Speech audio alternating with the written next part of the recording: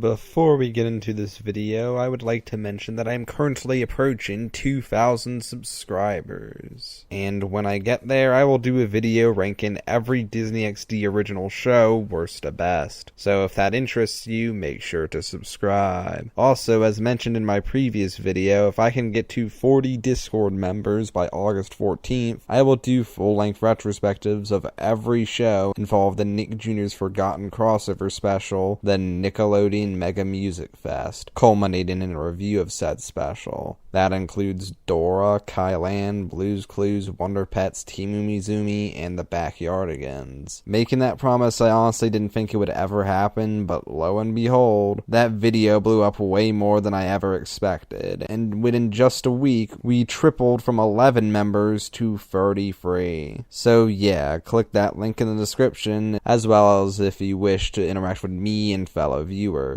My last video was a review of Yo Gabba Gabba's sort of sister show, The Fresh Beat Band. I say sort of because really the only things that could make it considered its sister show are the fact that they were both live-action music shows on the same network around the same time, and the fact they crossed over. A show that could much more accurately be called Yo Gabba Gabba's sister show, considering the large amount of creative overlap, is the Aquabats Super Show, built around the rock band, the Aquabats. But there was a long road between the formation of the band and the premiere of the show. The Aquabats were formed in 1994 by Christian Jacobs, Chad Larson, and Boyd Terry in Bree, California. The band would perform under the persona of a superhero team, and their shows often incorporated fights with costumed villains, among other sketches, which brought them local notoriety, but they wouldn't become nationally recognized until their second studio album in 1997, The Fury of the Aquabats, which managed to crack the Billboard 200 and earn them further exposure through MTV, sparking the idea of creating a TV series. A pilot was made in 1998, apparently directed by Bobcat Goldthwait, and produced in collaboration with Disney ABC Domestic Television, then called Buena Vista Television. A pilot that is currently only available in a crappy camcorder rip, failed to generate network interest, and would be disowned by the band themselves. The next year, another pilot was made, or a 5-minute promo, simply containing a potential opening and closing for the hypothetical show, outlining 2 potential plot lines for the show, this time made completely independently. Directed and produced by Christian Jacobs and his creative partner Scott Schultz, which was more action-oriented in contrast to the more comedic approach of the original pilot and the final show. This one did spark interest from the Fox Family Channel, who ordered a proper pilot episode, but nothing came of it before Disney acquired Fox Family in 2001, leading to its cancellation. Flash forward to 2007, with the popularity of Yo Gabba Gabba, Christian Jacobs and Scott Schultz were able to convince production company Wildbrain to produce a new pilot for the Aquabats in collaboration with their production company, The Magic Store, the same companies behind Gabba. Right off the bat, the pilot starts with an alternate theme song from the one used in the final show, which I think I actually prefer. The Aquabats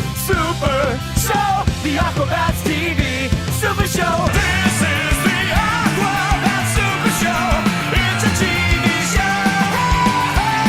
Though the final theme song did grow on me with time. The Aquabats themselves then introduced the episode's live-action segment, The Aquabats in Tortilla Trouble, where the Aquabats are enjoying vacation in Mexico when they spot 2 kids being stalked by a tortilla monster portrayed by a costumed performer. They manage to temporarily defeat the monster, but must use a giant heat laser, which they put together in a musical montage. We can't do it! To defeat it permanently. We then get a pretty funny parody ad for an Aquabats Hovercraft 4000. We return to the Aquabats, who now present the episode's animated segment, The Aquabats in Its Beautiful Underworld, where the Aquabats have found themselves stuck in traffic on the way to their show, and decide to use the new mega drill they just happened to install before they left on the battle tram to drill under the traffic. How convenient.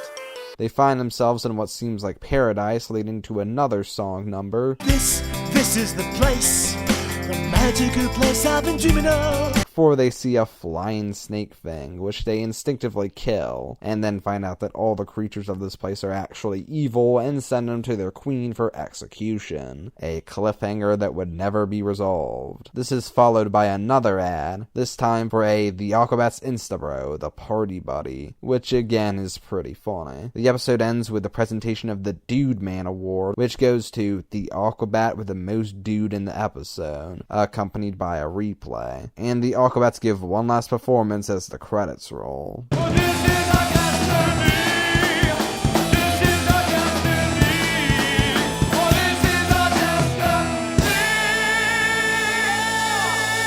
This pilot wouldn't air on the hub with the rest of the series, but was screened at Comic-Con on July 25, 2008, and has since been reincorporated as the first episode of the final show on most platforms, despite its differences in terms of format and presentation. Notably, the live-action segment, animated segment, and commercials are all narrated by Chris Phillips, whose name you probably don't know, but you probably recognize his voice, him being a longtime announcer for Nick Jr. and Nickelodeon, and voicing characters in shows such as PB&J, Between the Lions, Bubble Guppies, and Team Umizoomi. The pilot also has a rather stereotypical depiction of Mexico, but considering the show's self-aware sense of humor, I'm sure it was done in irony. That's right. This show is now racist. The decision to split the show between live-action and animation was reportedly to keep the show open to all networks. In 2009, Cartoon Network picked the series up for 22 episodes, which makes sense since that year was the peak of Cartoon Network's experimentation with live-action shows, which ultimately completely backfired. Considering it clearly wasn't a requirement for them at that point, I don't know how much of a factor its split between live-action and animation was when it came to this, but regardless, a huge management shakeup led to the firing of the executives who gave the show the green light, making it canceled once again. Which is kind of a shame as well, probably better than the rest. Aesthetically, I feel like it would have fit right in with Cartoon Network's other live-action shows in the early 2010s, as most of them were also very camp. Ultimately, the show landed with the Hub Network, a channel whose distinct lack of an identity made any show feel like a good fit, with a weird mix of shows old and new. When you look at some of their other non-Hasbro based shows, you see they were also first rejected by other networks before landing on the hub. Being behind made the channel more willing to put its money into strange and niche shows like this. Kind of a safe haven for the shows no other network was bold enough for, even if being on the hub ultimately meant less exposure than if you landed with those networks. And there was something confusing seeing that one band from Yo Gabba Gabba with a show on a completely different network. The series was announced on March 23rd, 2011, and was set to premiere fall 2011, but due to production delays, on March 3rd, 2012, the Aquabats Super Show made its TV debut. Hey, look! It's the Aquabats! A super band! Superheroes! Aquabats, let's go! And now, the stars of the world's first and only live-action animated musical superhero TV show on the Hub!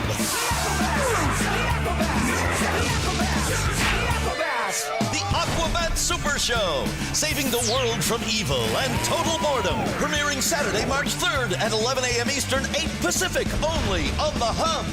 The Aquabats Super Show, of course, centers around the Aquabats, a rock band of 5 superheroes who travel the world in their battle tram, which they live in while saving the world from various monsters and villains between gigs. There's lead singer MC Bat Commander, the egotistical and impulsive leader of the group, played by Christian Jacobs himself, the bassist Crash McLarson, played by Chad Larson, who can grow up to 100 feet but has poor control over his powers, his growth triggered by strong emotions, and is rather lacking in terms of brains and courage. The drummer, Ricky Fitness, with the power of super speed, who loves the ladies. The guitarist, Eaglebones Falconhawk, whose guitar shoots lasers, and in the episode Eagle Claw, is gifted an invisible eagle called the Dude, by the Spirit of the Sun, who he often summons to save the day. This was after the Dude was already featured in the pilot, so yeah, the pilot isn't canon to episodes of the final show. And finally, there's keyboardist Jimmy the Robot, a robot who serves as the genius tech guy, but is often put down by the rest of the group for being a robot. Every episode begins with a Previously on the Aquabats Super Show, featuring clips from the previous episode mixed with random nonsense. And hey, in the first official episode, Man-Ant, they show clips from the pilot, so maybe it is canon? We then get a narration from SpongeBob writer and voice actor Mr. Lawrence, informing us of the Aquabats' current location. somewhere at a backyard birthday party. Unlike the pilot, the final show episodes primarily consist of a live-action storyline, which is usually your typical monster or villain of the week type deal. Though in the final show, they had the right idea of having each episode give particular focus to a different team member, with them having to overcome their respective character flaws to save the day.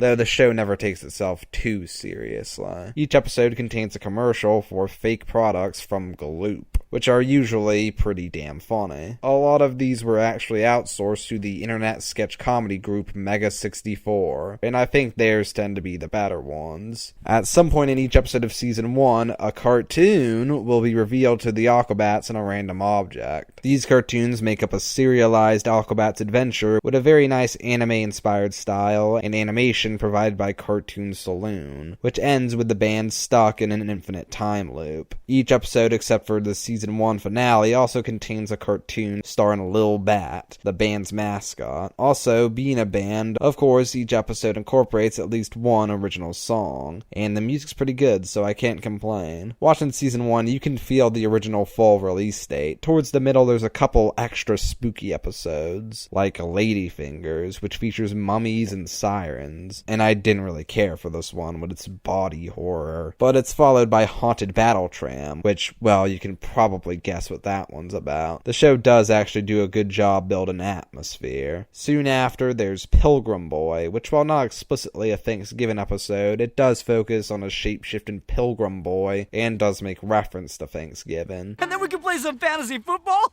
It'll be just like Thanksgiving! This is definitely a show that's generally the weirder the better. In the episode Cowboy Android, this cowboy comes in with a realistic pistol, but of course it actually shoots lasers. But the censors still allowed for a semi-realistic wound and for a scene of our heroes almost getting hung. So, showing bullets is a no-go, but using hanging as a plot point is a-okay. This episode also has a pretty good twist. I think this shows a big problem with the hub, which is that at the forefront you had all these cartoons for little kids, MLP, Littlest Pet Shop, Pound Puppies, but then in the background you had shows like this and Dan Versus, which were definitely just as much for grown-ups as they were for kids, maybe more so, much like a lot of Cartoon Network shows at the time. The hub's lack of identity almost was its identity, which clearly didn't work in the long run. Much like Gabba, you have your fair share of involvement from other musicians. Cameos from Art Mitchell of Supernova, as well as former Aquabats Chainsaw and Catboy, and writing, acting, and music credits for the hip-hop duo Bad Credit and Warren Fitzgerald of the Vandals. Also on the team was Yo Gabba Gabba alum Jason DeVilliers and Tyler Jacobs, as well as SpongeBob alum Danny McKelly, and co-creator of Homestar Runner Matt Chapman, who also gets several acting cameos throughout the show, including basically Strong Bad in the episode Cobra Man. While tonally very different, it does have a similar vibe to Gabba, with it wearing its inspirations on its sleeves, an unapologetic amalgamation of various media from the team's childhood. Yo Gabba Gabba always had a hint of irony to it, but here it's cranked up to 11. There's also a lot of guest overlap between this and Gabba, with dancey dancer Sam Levine of Freaks and Geeks guest starring as the Pilgrim Boy, and Paul Scheer of Knock Knock Joke of the Day guest starring as the Cowboy Android. Weird Al, who played the Ringmaster, also guest stars as both President Stunt Casting,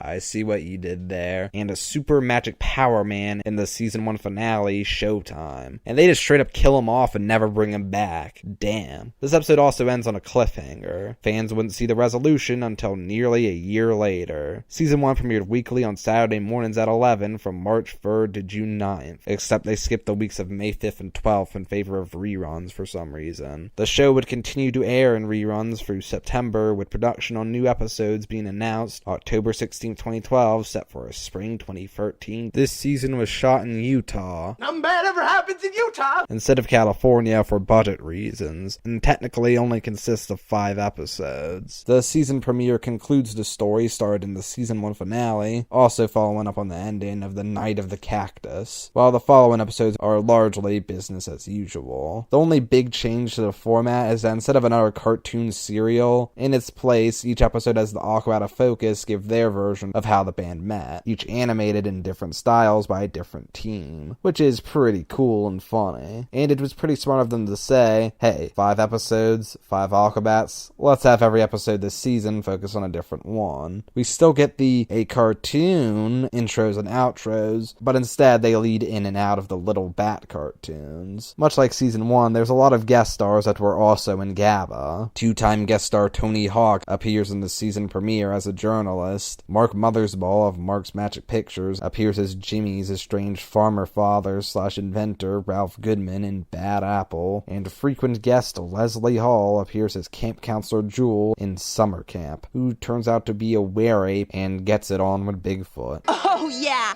he's my boyfriend. We're not using the love word yet, but I think he's the one. We also get a pretty funny parody of The Thing with The Thingy. The technical season finale, The Anti-Bats, is co-directed and written by Gerard Way of My Chemical Romance, and in fact guest stars his brother Mikey Way as the lead singer of Asthma, which is a pretty funny parody of death metal bands. This would have been made shortly before MCR's breakup, but would air shortly after. There's also a Skrillex XP in there. Martin Starr, also Freaks and Geeks and also a dancing dancer, also guest stars here. There's a callback to the Aquabats' so-called stealth mode, originally seen in the season 1 episode Cobra Man. The commercial was ripped straight from The Amanda Show, and believe it or not, I actually didn't care for this episode much. But it ends with a pretty insane twist, which is never followed up on, and knowing this show, I don't know if they ever planned on it. These episodes would premiere every Saturday of June 2013 at 1 p.m.,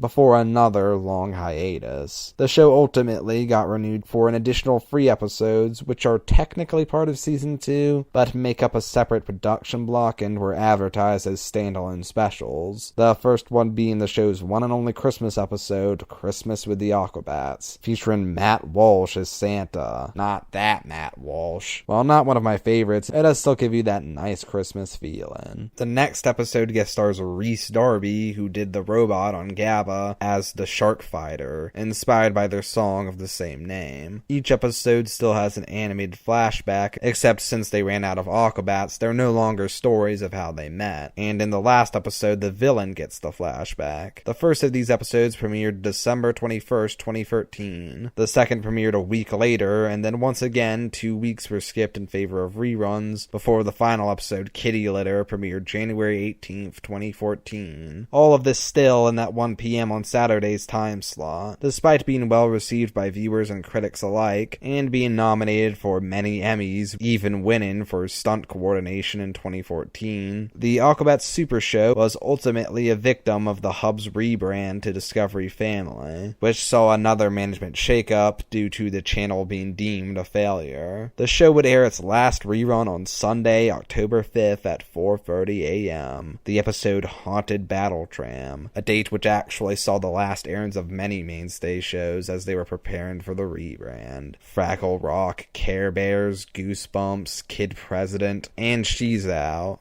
At least for a while. That would be the last time the Aquabats Super Show appeared on cable TV. But it wouldn't be the end of the show. In July 2018, the Aquabats launched a Kickstarter to independently finance new episodes of the Aquabats, which they promoted with a series of 9 mini-episodes on YouTube under the name The Aquabats Saturday Morning, despite not all airing on Saturday mornings. It's notable that despite the new title, these still all have the same intro as the Super Show, albeit shortened, including the previously on, which is more fitting here considering their serialized nature. They still have the opening narration from Mr. Lawrence. The first of these, The Wizard of Hollywood, sees the MC Bat Commander visiting the Wizard of Hollywood to get their show back, who turns out to be Jack Black, who famously guest starred as himself in the Yo Gabba Gabba episode New Friends. He summons the Legion of Righteous Comrades to join them reviving the show, which includes many other people who had previously collaborated with them. Weird Al, Kate Micucci, who guest starred as Tammy the Mermaid in the Gabba episode Mermaids. Robert Smigel, who voiced Krampus in Christmas with the Aquabats, portrays his character Triumph the Insult Comic Dog. Former Aquabat Travis Barker. Matt Chapman voices Homestar Runner and Strong Bad. And Tom Lennon, who guest starred in the Gabba episode Restaurant, portrays Lieutenant Jim Dangle, his character from Reno 911. Additionally, there's appearances from Adrian Young and Tom Dumont of No Doubt, Oscar Nunez of The Office, Blake Anderson, Imagine Dragons, Phil Lord and Chris Miller, known for several acclaimed projects, and Felicia Day alongside the late Marty Krofft, the younger of the Krofft brothers, whose work had a profound influence on Gabba and the Aquabats. It's weird that they called the next episode The Return of Silver Skull, seeing that the titular return is treated more like an end and twist than anything. The episode after that, The Sandcrawler, is an extended Star Wars reference as Commander has to rescue Jimmy from being scrapped. The next episode, Fortnite Dance Off, is about as cringy as it sounds, but he rescues Jimmy, and it turns out Silver Skull is behind it all, wanting to keep the show canceled because he knows how the show made everyone so happy,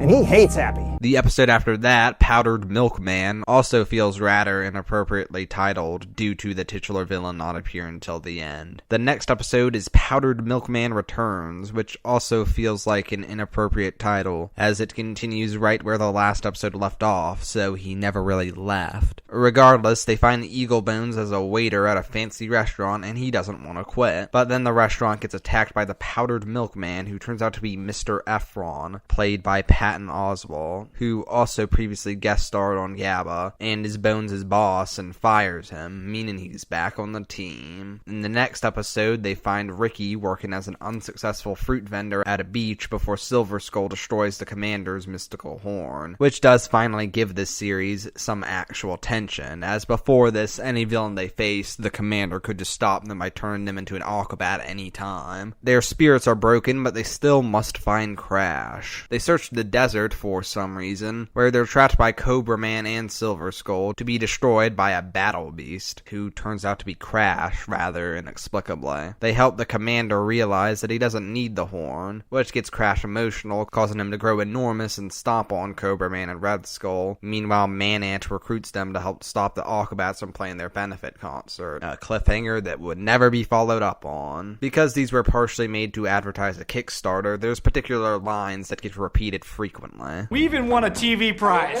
We even won a TV prize. We even won a TV prize. We even won a TV prize. This set of mini-episodes would air from July 31st to September 6, 2018. In addition to this set of mini-episodes, there was also this promotion with the Commander hosting a panel featuring Christian Jacobs as all of the questioners, and a cartoon starring Little Bat, also with more new narration from Mr. Lawrence. And this one where the Commander is seen sleeping homeless and is inspired to bring back the Super Show after dreaming about the fans and their past adventures, including whatever the hell this is. Ultimately, the Kickstarter failed to meet its $1 million goal, and so it was scaled back to $100,000 to fund one new album and more mini-episodes. It was a success, and another series of mini-episodes would start in 2019, this time under the name of the Aquabats Radventures, albeit most of them longer than any of the previous mini-episodes, and still with the same intro, but no longer the previously on. The credits also returned from the OG show, except now with a typical YouTube end card, hosted by the Bat Commander, which promises weekly videos, which they definitely weren't doing. We get a couple other familiar faces back, like Mega64 and John Hader, aka Napoleon Dynamite, who previously guest starred as Eagle Claw in the episode of the same name. He guest stars in The Mauler as Visible Dwayne. Additionally, Studio C cast member Mallory Everton guest stars as the Martian Girl in the episode of the same name. Mormons! Mr. Lawrence returns doing his opening narration, something he actually gets a credit for this time around. Jack Black is credited as an executive producer, but primarily most of the guests come from YouTube this time around. Most notably, they did a crossover collab with Ninja Kids TV, which I'd never heard of before this, but is apparently a very popular kids channel starring these kids role-playing as ninjas. The Ninja Kids appeared in an Aquabats episode on their channel where they upstaged Aquabats, and on that same day, the MC Bat Commander appeared in a video on the Ninja Kids TV channel, where similarly, the Ninja Kids are the ones who do most of the saving. It's pretty lame. Regardless though, the collaboration was clearly worth it, as it's the second most viewed video on their channel. Like the previous series of mini episodes, these are all entirely made up of live action storylines. And while not completely serialized, there are several episodes which pick up right where the last one left off, including a straight up two-parter. Overall though, does this run of episodes live up to the original series? No. While just as wacky and random, I felt this run largely lacks the wit of the originals, with a higher reliance on drawn-out anti-humor gags, which are always going to be hit or miss, and running meta gags which usually aren't funny to begin with. Most of them just feel rather substanceless, trading in the monster and villain of the week plots for generic sitcom shenanigans, and lack the focus the originals had by having each episode give a sort of mini arc to one of the Aquabats, making it all inconsequential. Only once do they do the learning and growing.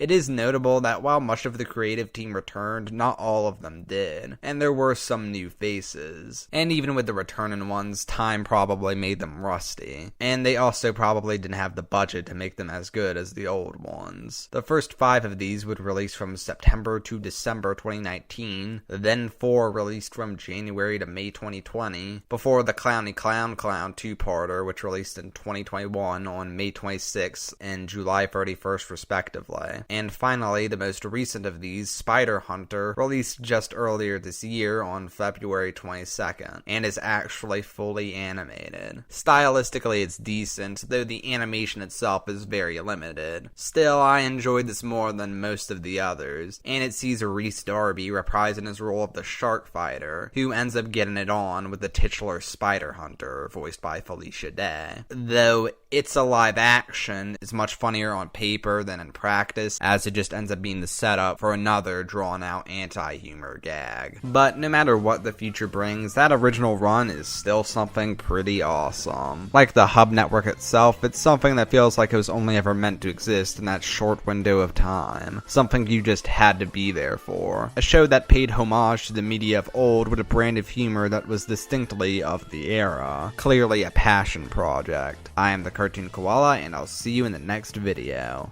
Bye.